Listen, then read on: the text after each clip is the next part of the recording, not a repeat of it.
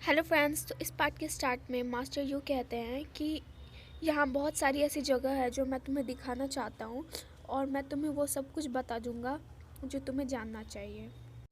और अपनी शौकी यहाँ पे सोते सोते सोच रही होती कि कौन सी लड़की है जो कि मास्टर शू जैसे खूबसूरत आदमी से मेल खा सकती है। खैर मैं तो नहीं हो सकती। फिर तो वो शर्माते हुए ब्लैंकेट के अंदर जाते हुए सोचती है। शाओकी सोचती है कि उसने मुझे यिंग लाओ कहा, क्या ये इस शरीर के रियल ऑनर का नाम है? क्या वो ये यूज़ करती थी? इसके बाद तो शाओकी सोचने लगती है कि जब से उसके शरीर की सील टूटी है तब से उसे बहुत अजीब अजीब आवाज़ें सुनाई देती है। ये आवाज़ तो दीवारों पर चढ़ने की है, या तो कोई हत्यारा या चोरी ऐसा कर सकता है। फिर तो ब्लैंकेट के अंदर घुस जाती है और फिर सोचती है कि ये पैलेस बहुत ज़्यादा टाइट सिक्योरिटी के साथ है, तो यहाँ मुझे कुछ चिंता करने की ज़रूरत नहीं है। लेकिन शाओकी को अभी भी चिंता हो रही थी। वो सोचती है कि हत्यारे ज़रूर शू की तलाश में आए होंगे, मुझे उसे सूचित कर देना चाहिए। पावरफुल इंसान भी लापरवाह हो सकता है। फिर तो वो बेड से उतरकर कमरे से बाहर जाने लगती है, लेकिन उसको आवाज़ें आना बंद हो चुकी थी। वो सोचती है क्या हत्यारा चला गया? लेकिन तभी उसके पीछे कोई आ जाता है और उसके गले पे नाइफ रख देता है और कहता है हिलना मत और अंदर चलो। इसके बाद तो हत्यारा कहता है। फिर तो शाओकी हत्यारे से कहती है कि हीरो मेरी जान छोड़ दो, मैं तो बस एक छोटी सी लड़की हूँ, मुझे कुछ भी नहीं पता है। फिर तो वो पीछे घूमने वाली होती है और हत्यारा कहता है शाओकी। और फ्रेंड्स आप देख सकते हो पहले से ही ये इंसान शाओजू है।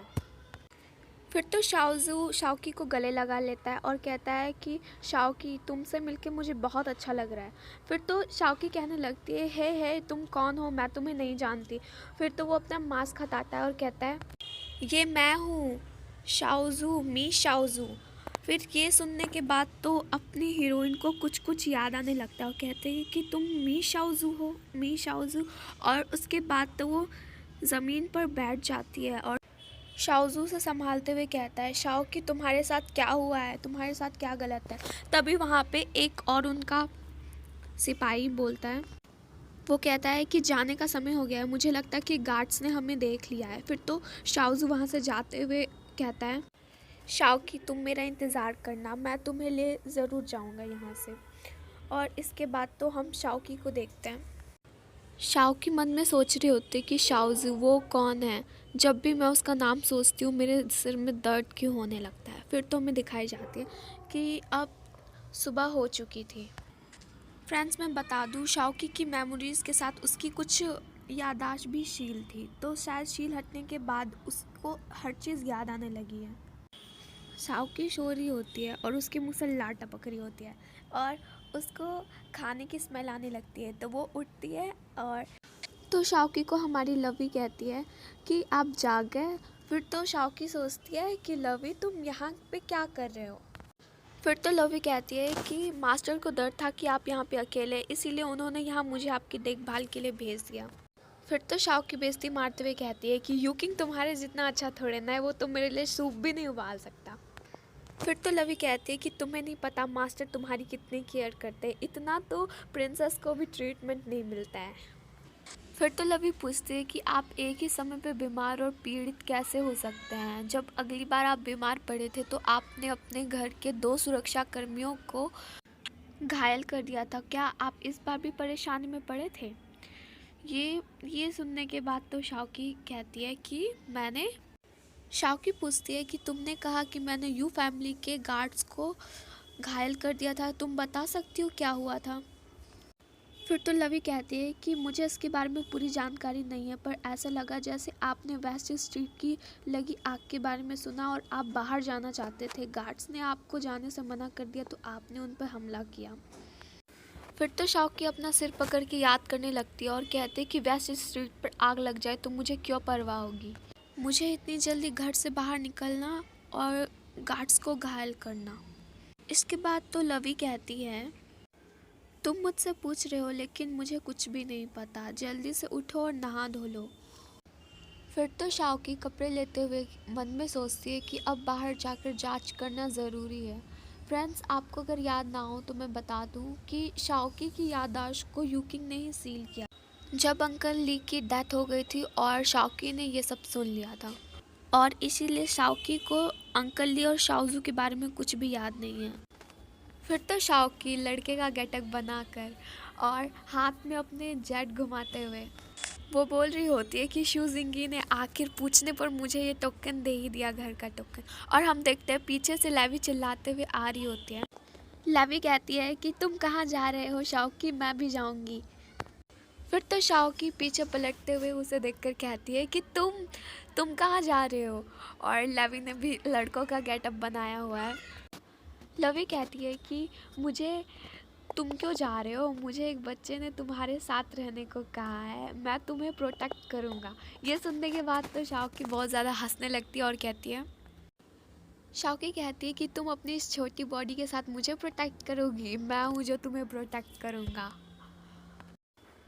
फिर तो शाओकी लेवी के कंधे पे हाथ रखते हुए कहते हैं कि चलो यार फ्लावर स्ट्रीट्स में उत्साह को तलाश करते हैं। और हम पीछे देखते हैं हमारा यू किंग वहाँ पे उन दोनों के ऊपर नज़र रख रहा था।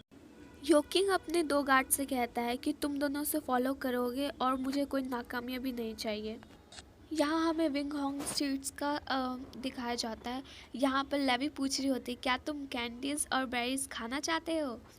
फिर तो अपनी शाओकी बेरीज को देखने लगती है। शाओकी मन में सोच रही होती है, बेरीज और कैंडीज़ यहाँ की कॉमन प्रोडक्ट है इस वर्ल्ड की, और मेरा लाइफ। और फिर तो लेवी उससे कहने लगती है कि तुम इसे देख क्यों रहे हो, इसे जल्दी से खा लो, ये बहुत डिलीशियस है। फिर तो शाओकी दोनों कैंडीज़ अपने हाथ में पकड़ लेती है और लेवी को कहती है कि तुम्हें देखो, तुम तियान्यू के सबसे अमीर फैमिली से आती हो, क्या तुमने कभी भी कैंडीज़ नहीं देखी है। फिर तो लेवी गुस्सा हो जाती है। वो कहती है कि लाओ शाओकी, मैं तुम्हें कैंडीज़ और बेरीज दे रही हूँ, और अगर तुमको नहीं पसंद है तो तुम मुझे वापस कर सकती हो।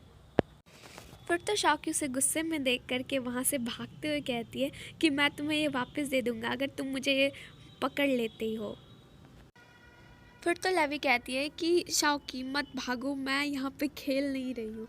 फिर तो लेवी उसकी ओर देखने लगती है। लेवी कहती है कि शाओकी जल्दी से बाहर आ जाओ, नहीं तो मैं चली जाऊँगी।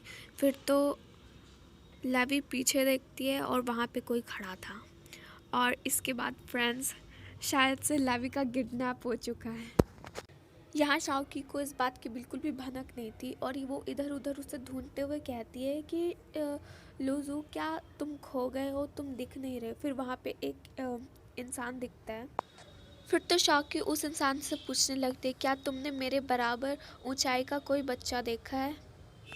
फिर तो ब्लैक कलर के कपड़े वाला इंसान वहाँ से भाग जाता है। फिर तो शाओकी मन के अंदर सोचती कि मैंने तो ये भी नहीं देखा कि वो कुंफू कर सकता है, उसका कुंफू मेरे से बेहतर होना चाहिए।